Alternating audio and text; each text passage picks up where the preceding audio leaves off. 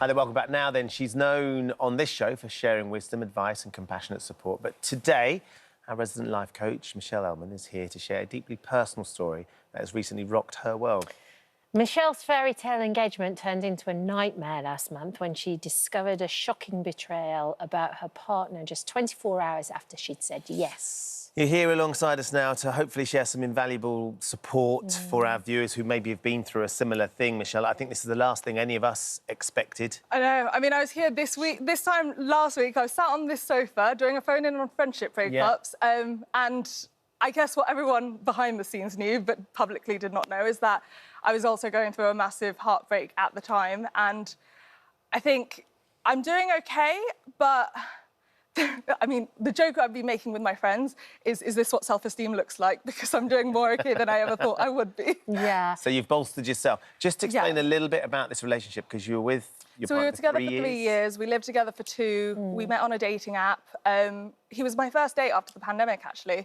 And yeah, in my eyes, the love of my life, the healthiest relationship I've ever had. And then we got engaged on the Saturday, and then on the Sunday, I got a DM from a woman who followed me, who'd read all my books. She had read my dating book about him. It wasn't about him. It was a dating book about how to be single, and the last chapter was about him. And had taken so much advice around it, and then just said, hey, is your fiancé this person, with his name? And that's how it started. And I ended up speaking to her for an hour. On the phone, found it all out. He was there. They'd been in a relationship for how long? They hadn't been in a relationship, it was one night. They had texted since. The last time they texted was January, but he was on a dating app, and so he said he was on a business trip, he went on a dating app on the business trip, and Did you have, because obviously it was a serious relationship. I mean, you'd gone ring shopping, you'd been together for years. Yeah. Did you have even the slightest inkling? Was there something in the back of your mind that was just like, nah, this doesn't sit quite right? The first question you always get asked, were there red flags? Did you miss something? Yeah. Like, I fully back myself. I'm an emotionally intelligent, smart, switched-on woman. More so than the average bear, and actually, I have because every tool in my toolkit to notice red flags. But if someone wants to lie to you and wants to deceive you, it doesn't matter if you spend all 24 hours together, we live together, we work together 3 days out the week. If they want to lie to you, they will. And even looking back, like, wholeheartedly, there were no red flags. I was in a relationship with the love of my life, and the only thing that, in hindsight, I could have done was go on his phone to find out. But in my mind, as a life coach, the moment you've gone on their phone, that's the relationship over. You've already lost. Like, you don't trust them, and you shouldn't. Trust isn't based off having gone on their phone and checked that they're not messaging anyone. No. And anyway, there wouldn't have been anything anyway, because he deleted it all. What was his reaction then when suddenly it became apparent that you'd had this message? Because what I can't understand, Michelle, is that you have a public profile. You have hundreds of thousands of followers on social media. You write books. You posted about how excited you were to be engaged. How he thought he was going to get away with it? I don't think there was a lot of thought behind it. His whole message throughout all of this, even to this day, I spoke to him last night just to give him a heads up about today, is that he loves me, he wants me back. I'm the best thing that's ever happened to him. The last 3 years were the best years of his life, and he ruined it. And he will do anything, to the point where he said, go on air, say whatever you need, do what you need to do. And ultimately, he's just said, I'm so sorry, this has impacted your career. And that's his mindset. I don't know what he was thinking, and I don't want to speak on behalf of him, but if there's any justification, I guess, why I didn't think this would blow up is because, yes, I've been on This Morning for a year. Yes, I have 4 books out. One of them is about him, and I have 500,000 followers online. But I live a normal life. I've taken this guy to the Brits, and no one's taken a photo of him. Like, for 3 years, I've never shared him publicly online. I have gone to James Bond premiere with him. No one's taken a picture of him. There was even a time where a paparazzi took a picture of him, and I asked him to delete it. And because I wasn't a celebrity, no one cared, the paparazzi deleted it, never posted it. Like, and that's where, yes, I was a public figure, but there was no public interest in my personal life. I was a public figure for being a life coach. And that's what I was known for. And like you said, you know, you are a public figure. You do move in those circles, but you're also just a girl too. Yeah. So what was that moment like when you found out? And also, did you confront him straight away, or what? How did you go about it? So he was with me when I got the first message saying, is this person your fiancé? And that was the first initial message. And I've had messages like that because actually on our third date, one of his family friends figured out who I was dating because of a picture of a dog and his cat. And so I thought it was a colleague. So I was like, oh, who's this person? Like, this person knows you. Yeah. And it took a while to figure out. I guess my first reaction was shock. I was just shaking and I just kept saying, please tell me first. Just tell me first. I don't want to find out from her.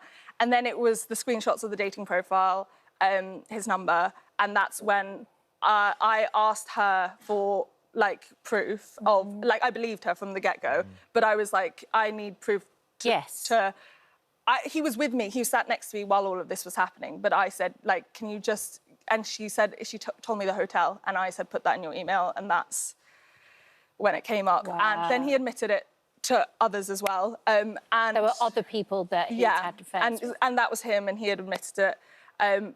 But I think my reaction was just, you've ruined a good thing. Like, this is meant to be the happiest weekend of my life. And we were good. Like, it was shock. And I think that first week especially, I was like, am I numb because I'm doing too okay? I'm obviously bawled. I went to go be with my sister for a week. I had a competition with my 2-year-old niece of who could cry the loudest. It was really fun. I don't think she realised she was competing with me, but I definitely won. And yeah, I think it's piece by piece, but I think the nuance and the complexity with cheating that I wish we could include in the conversation is you still deeply love the person. Yes. The reason why I never shared him is because I've always wanted to protect him. And you could call me fat, you can call me ugly, I've been called every name in the book. Don't care. I'm more than my appearance. Don't really care what you think of what I look like. If you said that to my partner, my heart would break. Like, do not insult the person I love most in this world. That's why I never shared him. And even throughout all of this, I don't want his identity to come out because this is not a story about him. It's a story about me. I want to talk on behalf of women who've been cheated on and say, you do not have to be ashamed. You do not have to be humiliated. You do not have to be embarrassed. And any shame you are feeling belongs to them. It does not belong to you. And you do not need to be embarrassed. God, it's extraordinary hearing you talk, Michelle. That resilience and self-esteem is brimming through you, and rightly so. I wonder how you feel about this relationship now, though, because, as you say, he's the person that you love most in the world. He's told you he's sorry. It was quite he wants you immediate. back. The thing with infidelity is if you ever want to stay, you become a protector of his secret, unfortunately.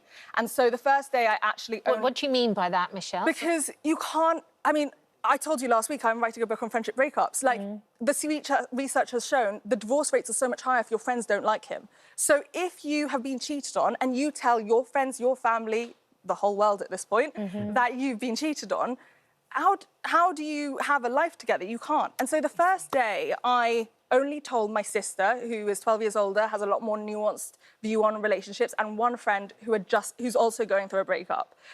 But I didn't tell anyone else. And then it was the next day, it was 4 a.m. the next day, I was like, no, I can't stay. Like, the first day, my headspace as a life coach was, you don't make big decisions in the moment. No. It was the next day, I was like, no, you do not return to the person who hurt you to heal you, first of all. Second of all, he never told me the truth. The lying's bigger than the cheating. Yeah. The cheating was quite big as well. And the nail in the coffin was 4 a.m. on the next day, I told my dad. And that's the...